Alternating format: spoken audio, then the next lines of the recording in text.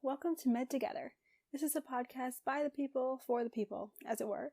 My name is Chana. I'm a med student in New York. This podcast deals with a lot of med school topics, starting from the basic sciences and building its way up, and hopefully it'll be a bit of review that can help y'all consolidate and synthesize important information and maybe phrase it in a way that's easy to understand. By the way, if you're pre-med or you're a nursing student, or you're just interested in sciencey, medically topics, and you're not in healthcare at all, you're totally welcome to. We don't discriminate. If you're interested, you're cool. Ready to rock? Let's do this. Hey everyone, welcome if you're new, welcome back if you're a repeat listener, aka a legend. We are still in the cell biology series, and today we're going to talk about how the cell cycle is regulated. There's a lot of detail here, and I don't usually make suggestions about how you study, but I do kind of recommend trying to draw or write this out, because we're going to be discussing a lot of multi-step processes that have to occur just for the miracle of cell division to work properly, and it gets very complicated. So I find it helpful to write it out. Maybe you will too. And of course, if this doesn't work properly, that's one of the most common things that brings us to everyone's favorite C word, cancer. All right, ready? Let's get started. So the cell cycle, you can think about it as an alternating cycle of growing and dividing. And the timing and sequence of events, as well as the decision to begin the cycle again rather than go into senescence, are kind of the two control aspects of the cell cycle. So the timing of the cell cycle is going to vary depending on what kind of cell you're in, but we're going to talk about an idealized cell that has a 24-hour cycle. In that kind of condition, mitosis is going to take about 1 hour, and then the interphase is going to last about 23 hours. And cell growth is going to be steady throughout the cycle, but DNA replication only happens in S phase, which lasts about 6 to 8 hours.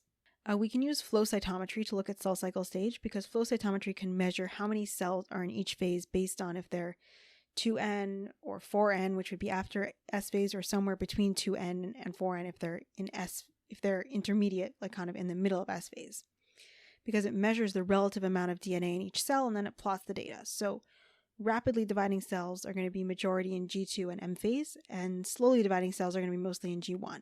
And this can be used in analyzing cells to find cancer, because you'll have many more rapidly dividing cells than you'd expect. So the principal events of the 4 phases of the cell cycle: you have G1, which lasts about 12 hours. Then you have the S phase, which lasts 6 to 8 hours, and you have the DNA replication. G2, which is 3 to 4 hours, where you have growth and preparation for division. And then you have the M phase, which is about 1 hour, so it's the shortest phase of the cell cycle.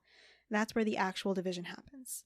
And what we're going to be talking about is the role of cyclin-dependent kinases, or CDKs, and these are the master regulators of the cell cycle. There are several different family members, and they regulate the G1 restriction point, the G1 to S transition, the start of the S phase, and the G2 to M transition. Now, MPF, mitosis promoting factor, is a well-characterized prototype CDK, which was probably the first one to be discovered, and it was reached through several different experiments. One of them was they found that if there was a fusion of an interphase cell to an M phase cell, it actually caused the interphase cell to quickly behave as if it was in mitosis. It somehow got alpha'd by the M phase nucleus.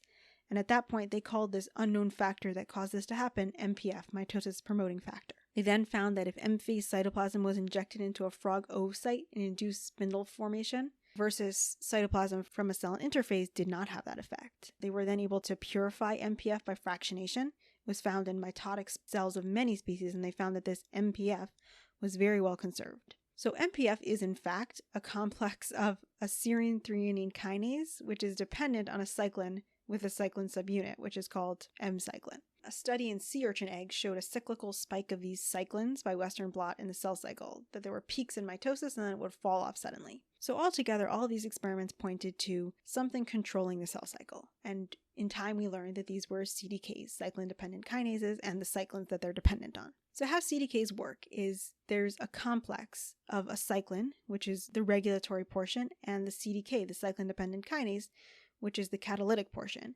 And together they're able to initiate mitosis. So we're going to start by talking about the key regulators at the end of the G1 phase and the entry to the S phase. So the start point to enter the S phase is a decision to go or not to go to start division. And at this point, there are external signals needed. Some of the rest of the cell cycle is more internally regulated, but actually this transition into the S phase is mostly external. So growth factors are going to bind to transmembrane receptors, which start a signaling cascade, and it activates early response genes, which may in turn regulate a lot of other genes, including cyclin D, which is needed for G1, that builds up in response to growth factors. Now, the S phase genes need a transcription factor called E2F. E2F is sequestered by a protein called RB in early G1, and it doesn't let it function. Now, the G1 CDK, cyclin-dependent kinase, with cyclin D, which started to build up in response to the growth factor, phosphorylates RB, which releases E2F, so that S-phase genes are transcribed. The release of E2F is also involved in cyclin E and cyclin A, which form an S-phase specific cyclin-dependent kinase. And this is going to be a positive feedback loop because this S-phase CDK from cyclin E and cyclin A are going to phosphorylate any leftover RB and release all of the E2F so that all of these S-phase genes can be transcribed. Now, before we leave G1, we have a checkpoint.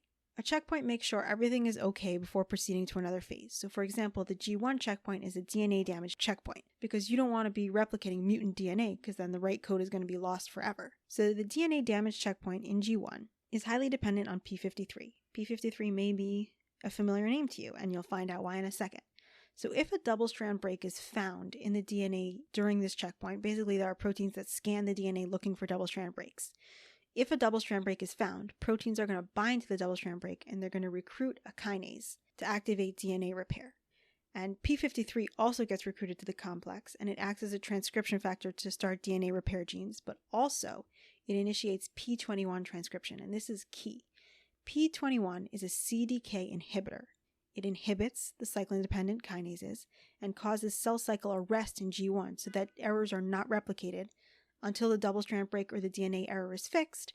Then P53 stops making P21 and P21 is degraded fairly quickly and the cell cycle can go on. The reason why P53 is so important and why you may have heard of it before is that it is super heavily involved in cancer. Literally, this is why everything is important, by the way, because cancer hijacks everything and causes the cell cycle to go crazy.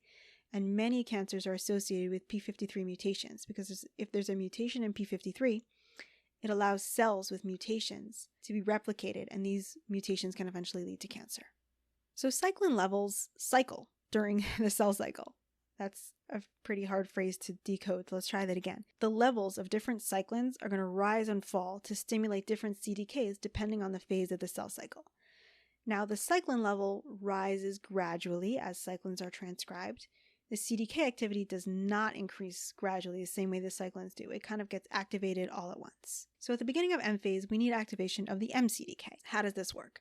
So the cyclin part of the mCDK has been gradually accumulating leading up to the S phase, and it starts binding to the mCDK. But this is a little bit more complicated. The presence of these two together is not enough because it's actually being actively inactivated.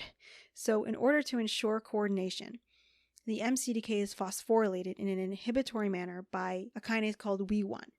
In order to activate it, it needs two things. It needs a kinase to put a different phosphate on a different residue. It needs to be phosphorylated by an activating phosphorylation, and it needs a phosphatase to remove the inhibitory phosphate.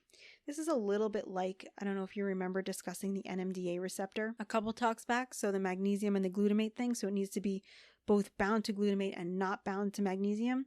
So this is kind of similar. It needs both the activating phosphorylation and it needs to be removed of the inactivating phosphorylation in order to go. Now, once these things happen, there's a positive feedback loop because mCDK, when it's activated, activates the phosphatase to dephosphorylate more CDKs, and it also inhibits WEE1 so that it can't inactivate any more CDKs. And mCDK activation actually starts the M phase. It's not just a signal. Remember, mCDK is a kinase, so it's going to carry out the actions of starting M phase by phosphorylating things. It phosphorylates histones, helping chromosome condensation. It also helps dissociate the nucleus by phosphorylating nuclear lamin proteins, and it initiates spindle activity and activates other kinases that regulate and stabilize the spindle. So now we are heading full speed ahead into mitosis. So mitosis, as you know, consists of several phases: prophase, metaphase, anaphase, telophase, and cytokinesis. We're going to walk through these super quickly and just talk about what happens basically in each phase. So prophase is condensation of the chromosomes. The centrosomes separate to the poles, and the mitotic spindle starts to assemble. In prometaphase, which is the phase between prophase and metaphase, nuclear envelope starts to break down so that chromosomes can attach to the microtubules of the spindle. Prometaphase is sometimes attached as part of prophase, but it really kind of is its own distinct phase, technically speaking. Now in metaphase, the chromosomes align at the equator and they form the metaphase plate. There's a slight pause here. There's a checkpoint to make sure that all the chromosomes are attached properly before we move forward. Because anaphase is the point of no return, where the sister chromatids are pulled apart and pulled towards opposite poles. So if there were any issues there, you're going to end up with chromosomal number issues, copy number issues down the line. So that's why we have to have that checkpoint there, and we'll talk about the regulation of that checkpoint. Now in telophase, the daughter chromosomes arrive at the poles and they decondense. The nuclear envelope starts to reassemble, and the contractile ring of actin and myosin starts to assemble. And then in the final phase, cytokinesis, the contractile ring, which is an actin ring, gets tightened by myosin until the cell splits. That was a quick walkthrough. Now we're going to go back and talk a little bit about the anaphase checkpoint. So anaphase initiation is irreversible, and it has to be a synchronous separation of all the chromosomes all at the same time, or you're going to run into issues. So you really have to be very decisive going into it. So this process is initiated by anaphase promoting complex, APC, which is inactive at first. And in its active form, it's going to perform ubiquination, but first it has to be bound with CDC20 to work. Now, CDC20 is regulated by unaligned chromosomes. So if you have even one chromosome that's not lined up, it's going to pause the whole thing because you have a protein called MAD2, which binds to unattached kinetochores. If MAD2 is bound, it's going to bind CDC20 and sequester it. So once all the chromosomes are lined up, MAD2 is not going to be bound to anything. It's going to release CDC20. CDC20 can bind APC, and together they ubiquinate securin, among other things, which was inhibiting separase. There's a lot of... This is why I said in the beginning it may be helpful to draw this out, because there's so many this inhibits that, which inhibits that, which disinhibits that, and a lot of like these complex chains, which can be hard to keep straight. But sometimes it helps to think about it from the end. So separase is a protease, which cleaves the cohesions that hold the sister chromatids together, and it allows the forces of the spindles to pull the sisters in opposite directions. So you want separase to work in order for anaphase to occur, right? So what was inhibiting separase? That was securin. In order for securin to be taken away, you need APC to bind with CDC20, because together they'll ubiquinate securin, which breaks it down. APC can only be bound to CDC20 when all the sister chromatids are lined up properly. And that's how we have a checkpoint at anaphase. And we call this the spindle attachment checkpoint because a single unattached chromatid can arrest this cell before anaphase. Now, anaphase is really broken down into two phases.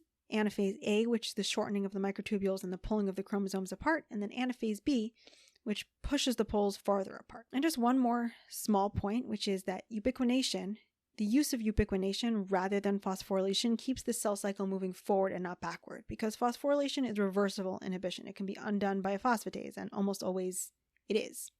In contrast, ubiquination marks a protein for proteasomes, and it's generally irreversible because that protein gets broken down.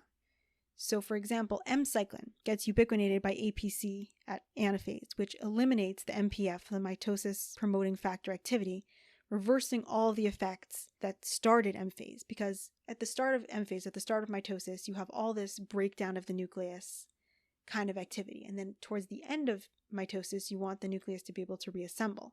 And in order to keep moving forward, you have to reverse the effects of early mitosis, essentially. So this ubiquination by APC at anaphase keeps the cell cycle moving forward and allows the end of mitosis and the recondensation of the chromosomes' reassembly of the nucleus to occur. Okay, that's all I have for you today, and it's probably quite enough. I know there's a lot of detail there, but if there's one thing you should take away, it's the breathtaking complexity of this entire system and just how easily it can get derailed. I hope you enjoyed the episode and maybe learned something new. As always, feel free to reach out to me at medtogether26@gmail.com for anything really, and I'll catch you at the next episode.